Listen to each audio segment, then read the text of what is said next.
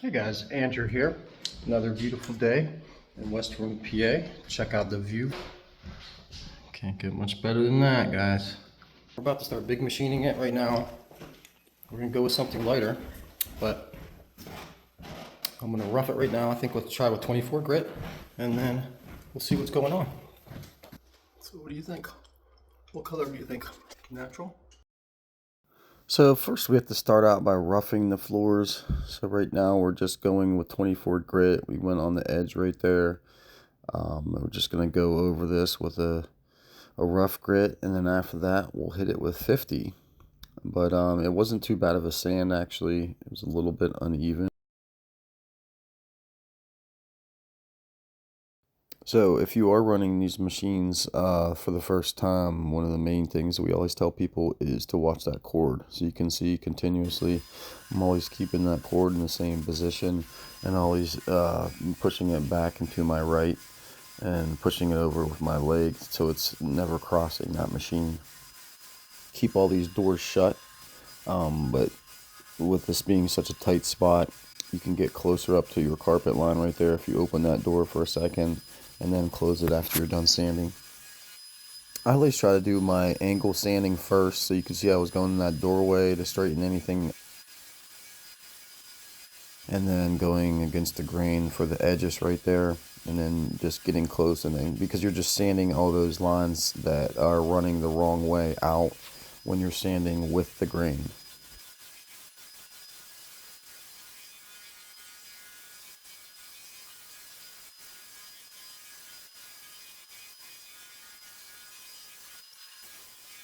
Now this specific machine is called an American 8. It's a 8-inch belt sander.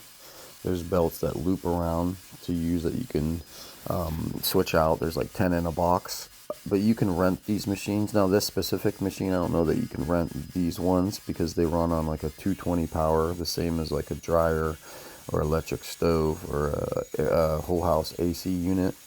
But you can get one from like Home Depot or a local rental place. That's a 110, which means that just plugs into like just a regular plug.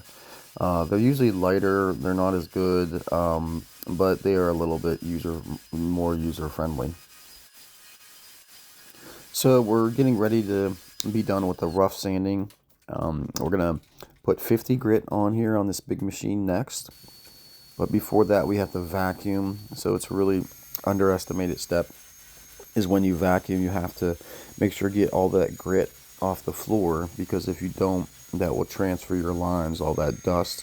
So you'll have tiny little imperfections, like basically like bumps on the floor that you can't really see, that you won't really see until you start staining and all that. It just makes it a lot harder. So just make it best practice to always vacuum between sanding stages. It just makes it clean for yourself, the homeowners, and a better job. This machine's called the Edger.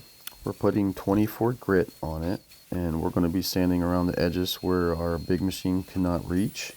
It's pretty hard on your back, but if you're sanding the correct way, you should be kind of putting your butt down like you're doing squats. So at the end of the day, your hamstrings should hurt, not your back. So if your back's hurting, then you're edging wrong. And you can see right there, I was trying to use 50 grit paper, but it was gumming up too quickly, so I had to switch to 24.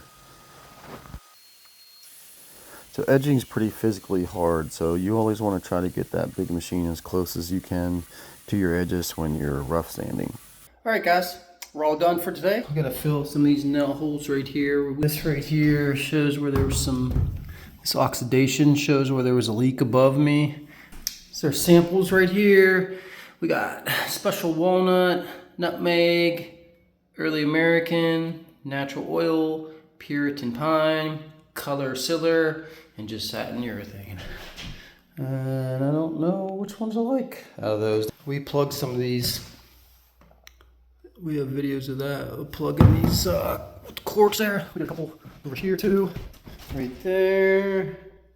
So we did some edging. We got a fine edge still.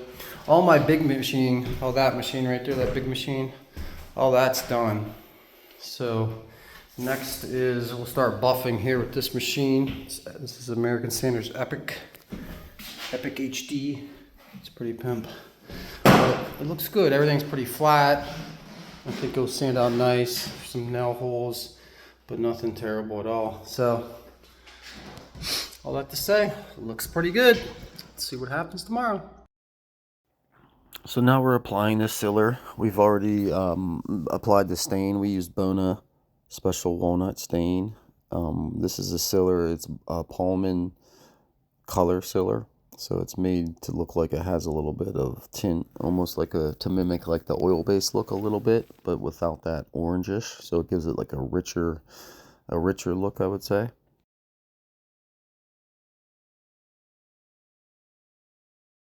So this sealer is a little bit weird to work with at first. It's not really like coating, like coating finish. You kind of want to put it on and almost smear it on and then straighten it out a little bit. And it looks pretty awful at first, but it will dry clear. You can see how like milky it looks right now, almost blue. But within 20 minutes that will be completely dry.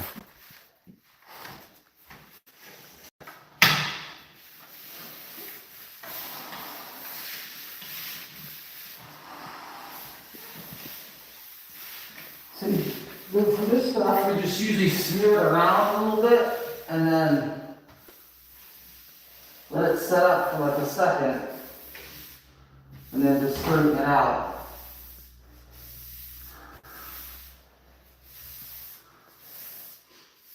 Let's just look in the closet over here, see what it looks like now. So you can see how that's pretty much clear right now. It's pretty dry already.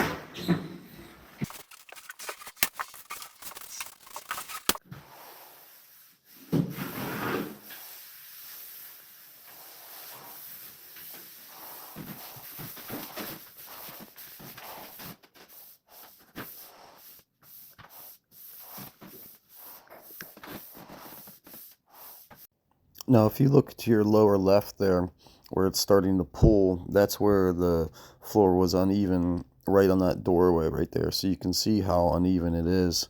A lot of times that will sand uneven, so you have to pay special attention to that corner right there. So you always try to draw a straight line like that, basically.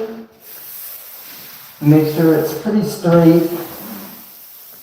You can try to go along with the board, and that will dry nice and quick. And just make sure it's not too filmed over and it's not too heavy.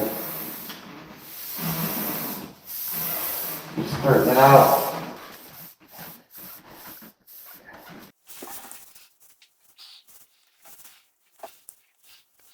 Yes, that's what it is, man. Pretty sure.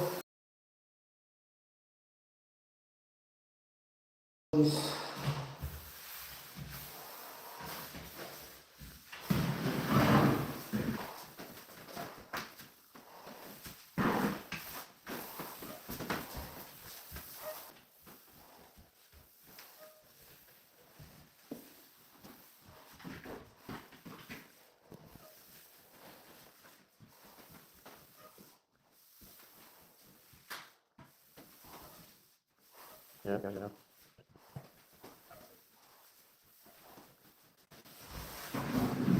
So when you're applying this sealer, when you go across grain like that, you want to be really careful because that will leave a line right where your marks are at right there. So instead of doing that, you want to just come back and just make sure those lines are smoothed out. Just don't let them sit long at all. So smear your sealer around and then come back and get back to those lines because they will leave a dark line that is really hard to get out after the fact.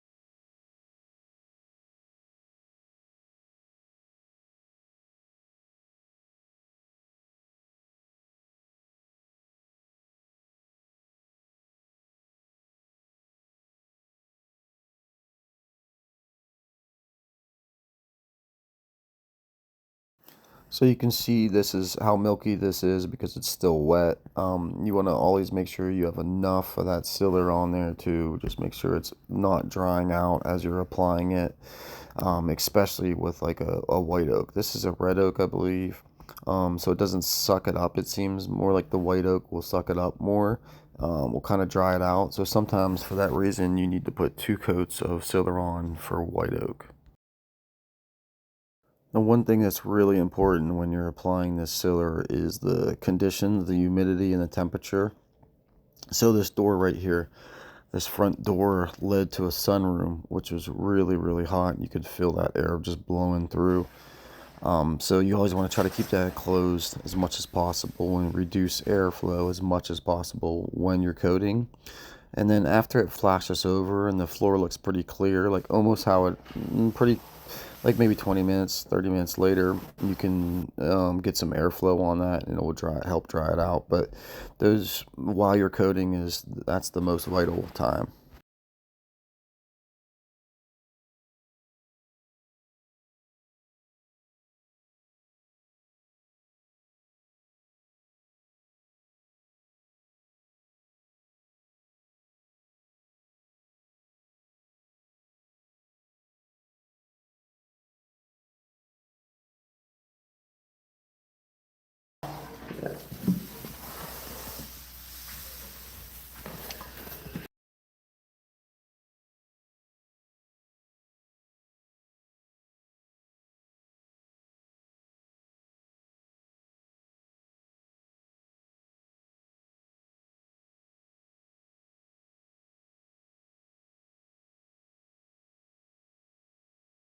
This sunlight on the floor is another really good example of like what you need to be careful of because of the temperature. That will be really warm to touch if you feel that. So that will make your floor dry a lot quicker in that section. So you want to just really pay attention to that. And if you were coating this by yourself or if you were newer, I would definitely put a blanket or something to cover that sun if you were sealing.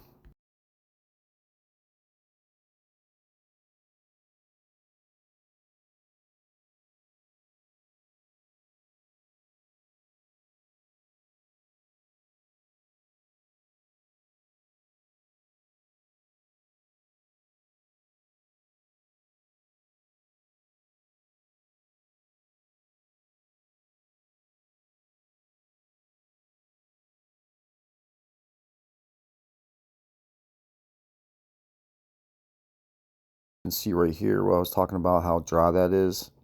It's like really hard to push on right now. So you kind of have to re-wet that and then go back over that and just keep all those edges wet. So it's a little bit of a learning curve right here. So that's what I was saying. You would definitely want to cover this up, and I probably should have covered this up as well. Even doing your second coats, your second and third coats, you would want to cover that up because it will give you problems sometimes. So when I'm pushing out like that, I'm pushing out and I'm lifting up a tiny bit at the very end, and then I'm pulling back anything that could be like a little bit of a sediment just laying there. So you can see every time I lift up, and then I go back a tiny, like an inch further, and then I'll pull anything back, and just keep doing that.